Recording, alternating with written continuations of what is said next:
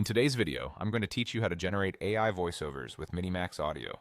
First, open your browser and head to minimax.io audio.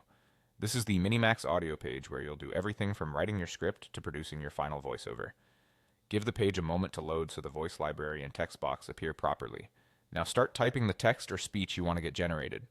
Think of this box as your recording script. Write the words exactly how you want them to sound. Use clear punctuation to guide the reading. Commas for short pauses, periods to end thoughts, and question marks for rising tone when needed. If you're aiming for a certain energy, add cues like enthusiastically or calmly inside parentheses right in your script. Keep sentences concise and natural the way you'd say them out loud, and double-check names, dates, and any tricky words to help the voice pronounce them correctly.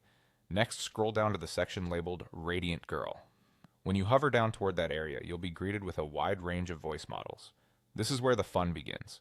Each voice has its own character, pacing, and tone, from friendly and upbeat to warm and conversational. Take a moment to skim the options and note which styles match your content. For example, a product demo might benefit from a crisp, confident voice, while a story or tutorial might feel better with something relaxed and empathetic. Use the search to find the voice that fits your speech. You can type in keywords that describe the mood or name of a model if you have one in mind. Think about your audience and the setting where your audio will be heard.